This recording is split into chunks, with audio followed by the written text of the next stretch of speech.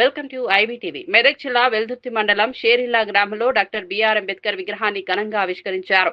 విగ్రహదాత TPCC రాష్ట్ర ప్రధాన కార్యదర్శి ఆవుల రాజిరెడ్డి, జిల్లా అధ్యక్షుడు రెడ్డిపల్లి ఆంజనేయులు గౌడ్ సంయుక్తంగా విగ్రహాన్ని ఆవిష్కరించారు. ఈ సందర్భంగా ఆవుల రాజిరెడ్డి మాట్లాడుతూ అంబేద్కర్ ఆశయాలను ఆచరణలో పెట్టడం ద్వారానే నిజమైన నివాళి అర్పించిన వారు అవుతామని చెప్పారు.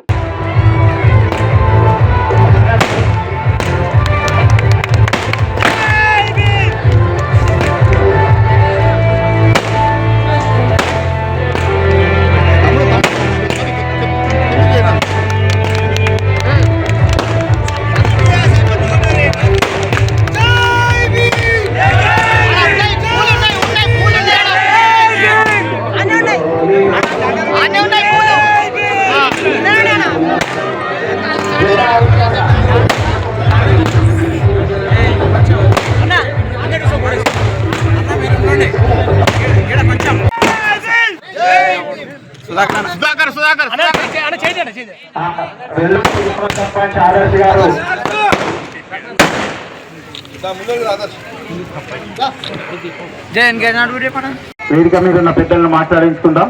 మరి ముందుగా మన వేదిక మీద ఉన్నటువంటి రిటైర్డ్ ఎస్సీ గారు, మన వెల్దుర్తి గ్రామ వాస్తవ్యులు, దృఢ సంకల్పంతో ప్రమాణం చేస్తున్నాను.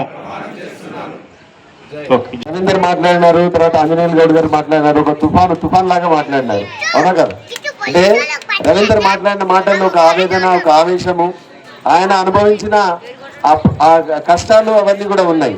కానీ ఇవాళ రవీందర్ మాట్లాడుతుంటే చాలా ఆలోచింపదగిన విషయాలు మాట్లాడినారు. ఇవాళ ఆయనను నిలబెట్టింది అంబేద్కర్ స్ఫూర్తితోటి ఏదైతే నిలబెట్టిందో అది ఆయన విద్య. అంబేద్కర్ స్ఫూర్తితోటి ఆయన ఇవాళ కష్టపడి చదువుకొని, మీ గ్రామస్తుడే కష్టపడి, ఇవన్నీ కూడా మీరందరూ చెప్పాలా. ఇవాళ మనం అది ప్రమాణం తీసుకుంటాము. దయచేసి మీరందరూ కోఆపరేట్ చేస్తారన్న ఉద్దేశంతో ఇవాళ మీ అందరికి చెప్తున్నాము. ఒక్కసారి ఆ ప్రమాణం తీసుకుని, ఎందుకంటే ఎక్కువ కూడా మాట్లాడే అవకాశం ఏంటంటే ముఖ్య అతిథులు అందరూ ఉన్నారు, మీ అందరూ కూడా ఉన్నారు. ఒక్కసారి ప్రమాణం చేసిన తర్వాత రాజిరెడ్డి గారు ఈ విషయాన్ని మళ్ళీ మాట్లాడతారు. ముఖ్య అతిథి ప్రసంగించాల్సి ఉంది కాబట్టి అందరం ఒక్కసారి ప్రమాణం చేస్తాం. ఆకాంక్షలు తెలియజేస్తున్నాము. ఇంతకుముందు అందరు కూడా నేను చాలా సందర్భాల్లో అన్న సోదరుడు ఇంతకుముందు మన ఆంజనేయులు గౌడ్ గారు చెప్పారు, దండలేసులో విగ్రహాలు పెడితే మార్పు వస్తుంది అనేది కాదు. అంబేద్కర్ను ఒక వాడకు పరిమితం చేసి, అంబేద్కర్ను ఒక వర్గానికి పరిమితం చేసి, అంబేద్కర్ను ఒక వర్గానికి పరిమితం చేసిన అనేవాడు ఈ రోజుల్లో ప్రజాసేవలో ఉండడానికి అర్హుడే కాదు.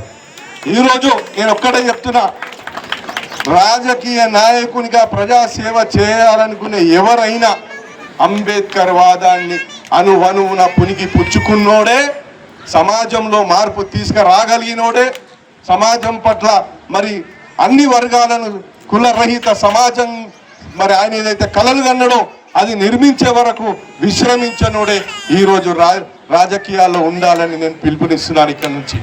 ఎందుకంటే రాజకీయాల్లో కులాలకు తావు లేదు. కులాల పట్ల విద్వేషాన్ని పెంచుకోవాల్సిన అవసరం లేదు. అణచివేత జరిగింది, వాస్తవం. చక్కగా చెప్పిండు. ఈరోజు అంబేద్కర్ విధానం అనేది మనిషిలోని జీవిత విధానమే అంబేద్కర్ విధానం. ఈ రోజు అందరం ఇంత స్వేచ్ఛగా ఇక్కడ ఉండగలిగినామంటే మన కోసానికి ఎంతో మంది జీవితాలు త్యాగం చేసుకుంటే మాత్రం మీరు ఇక్కడ ఉండగలిగినాం. ఆనాడు స్వతంత్ర పోరాటంలో అయితేనేమి, ఈనాడు వెనుకబడిన వర్గాలు అనుకోండి, ఈ సమాజం కోసానికి బంద్ చేసి మేము తర్వాత సర్పంచ్ అయినాక మళ్ళీ స్టార్ట్ చేసుకుంటాం. అట్లా కూడా తిట్టుకునే వాళ్ళు ఉంటాం. అయినా నేను వెనుకడికి వేయలే. పేద ప్రజల కోసానికి, మన వర్గాల కోసానికి మనం చేసిన దాంట్లో కొన్ని ఒడిదొడుకులు ఉంటాయి. అయినా కానీ తర్వాత ఉండదని చెప్పేసి గుర్తు చేస్తూ మీరందరూ కూడా తాగుడుకు బానిస కాకుండా మన పిల్లలు ఉన్నత చదువులు చదివించడానికి ముందుకు వెళ్తే మనం అభివృద్ధిలో కూడా తర్వాత భాగస్వామ్యమైనట్టు అందరికీ కూడా అన్నిటికన్నా ముఖ్యంగా మనం ఈ వ్యవస్థలో భాగస్వామ్యం కావాలని గుర్తు చేస్తూ అంబేద్కర్ గారు రాజ్యాంగాన్ని మీరందరూ కూడా వారు మనకు అందించిన కనుక మన ఆశయ సాధన కోసానికి మనం అందరూ ముందుకు పోవాలని మనస్ఫూర్తిగా చేతులు జోడించి నమస్కరిస్తూ ముగిస్తున్నాను. జై భీమ్. ఆవుల రాజిరెడ్డి గారికి నమస్సమాంజలి. ఆవుల రాజిరెడ్డి గారి కృషితో ఈ విగ్రహాన్ని ఆవిష్కరించడానికి ఆయన మనస్ఫూర్తిగా ఇక్కడికి వచ్చి ఆవిష్కరించినందుకు ఆయనకు కృతజ్ఞత తెలుపుతున్నాం. అంబేద్కర్ ఏ విధంగా ఉన్నాడో అందము ఆ స్టెప్ అందద్దాలు మరో అంబేద్కర్ లాగా కనిపిస్తున్నాడు. రాజిరెడ్డి అన్న గారికి నమ్మకం ఘటిస్తూ మాకు ఇక్కడికి వచ్చినటువంటి డిఎస్పీ గారికి, సిఐ గారికి, మన వెల్దుర్తి ఎస్ఐ గారికి అంటే ఇప్పుడు ఆయుధాలు ఉన్నాయంటే ఆ ఆయుధం ఏదంటే మన అందరు తెలుసు. అందుకోసము ఆ రాజ్యాంగాన్ని ఫాలో అయ్యి మనస్వార్థాలు లేకుండా, ఒక ఈర్ష్యాద్వేషాలు లేకుండా, మనస్వార్థాలు లేకుండా పార్టీలకు అతీతంగా ఇక్కడ ఒక పార్టీ అని కాదు. కొందరు అనుకుంటారు సిఐల గ్రామంలో మా పార్టీకి విలువలే, కొన్ని విషయాలు తెలుస్తున్నాయి, మా పార్టీకి విలువలేదు, మా పార్టీకి విలువలేదు అని అంటున్నారు. ఏ పార్టీకి పిలిచినా అర్థాలు లేదు. ప్రేమ, అంబేద్కర్ మీద ప్రేమ ఉన్నోళ్ళు అందరూ ఆహ్వానితులే. ఇప్పుడు అందరికి విలువలే, కానీ ప్రేమ ఉన్నోళ్ళు వచ్చినట్టే లెక్క, ఏమి ప్రేమ ఉండి వచ్చిన వాళ్ళే లెక్క. అట్లా ఆ విధంగా మనం నడుచుకొని నా చిన్న సమయం ఇచ్చినందుకు అందరు ధన్యవాదాలు తెలుపుతూ ముగిస్తున్నాను. Thank you. ఆలోచన సమాజ శ్రేయస్సు, సమాజ అభ్యున్నతి కొరకే చూసింది కాబట్టి మన హృదయంలో వారి అభ్యున్నతికి, వారి ఆలోచనలకు మన స్థానం ఎల్లప్పుడూ కలిగించుకుంటూ వారికి ఇచ్చిన గౌరవం చెప్తుంది.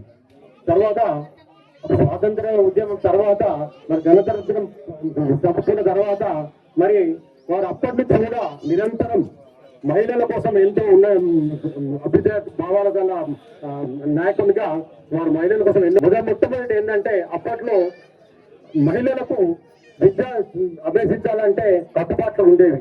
అసలు మహిళలను విద్యాలయాల్లో పంపించేవాళ్ళు కాదు. కానీ వారు ఎంతో కృషి చేసి మహిళలను విద్యాలయాలు పంపించాలి. ఒకవేళ మహిళ చదువుకుంటేనే వారు ఏమనేవారంటే వారి యొక్క ఉద్దేశాలను ముందుకు తీసుకోవాల్సిందిగా నేను కోరుతూ, ఇదంతా మన యువకులమైన మనమైన ఉందని కోరుకుంటూ మరి యొక్క అవకాశం ఇచ్చినందుకు నేను కృతజ్ఞత తెలియజేస్తూ ముగిస్తున్నాను.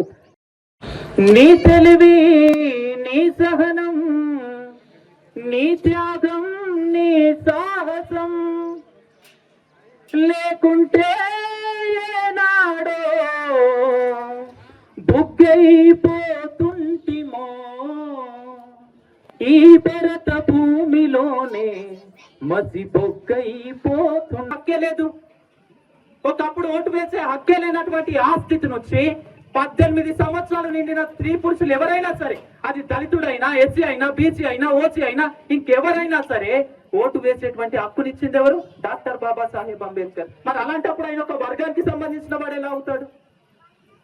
ఒకప్పుడు స్త్రీకి చదువుకునే హక్కు లేదు, ఇంటికే పరిమితం కావాలి, సొసైటీలో తిరిగే హక్కు లేదు, కుటుంబానికే పరిమితం కావాలి. అలాంటి స్త్రీకి హక్కునిచ్చి ఈరోజు తలెత్తుకొని ఇలా నిలబడగలిగి, ఇలా చదువుకోగలిగి, ఉద్యోగాలు చేసి చట్టసభల్లోకి ఈరోజు స్త్రీలు కూడా రాగలుగుతున్నారంటే ఇది ఎవరి వల్ల?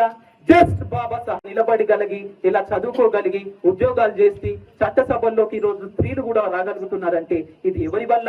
జస్ట్ బాబాసాహెబ్ అంబేద్కర్. మరి ఆయన ఒక కులానికి ఎలా పరిమితం చేయగలుగుతాం? ఉమెన్ ఎంపవర్మెంట్ మనం చూసుకున్నట్లయితే హిందూ కోడ్ బిల్లులో ఆయన ఎన్నో విషయాలను ప్రస్తావించారు.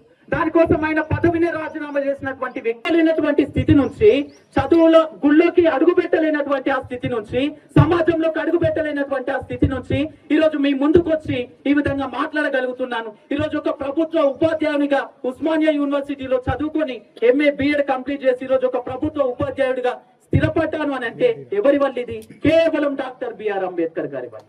ఒకవేళ ఆయన రాసినటువంటి రాజ్యాంగమే కనుక లేకపోతే ఆయన జీవితాన్ని త్యాగం చేయకపోతే ఈరోజు ఇక్కడ ఉన్నటువంటి వాళ్ళలో ఎంతమంది ఇక్కడ ఉండే వాళ్ళం? ఎంతమంది ఇక్కడ ఇలా కూర్చొని మాట్లాడగలిగేటువంటి వాళ్ళు? ఇది అందరం గుర్తుంచుకోవాలి. ముందున్న సమయాన్ని దృష్టిలో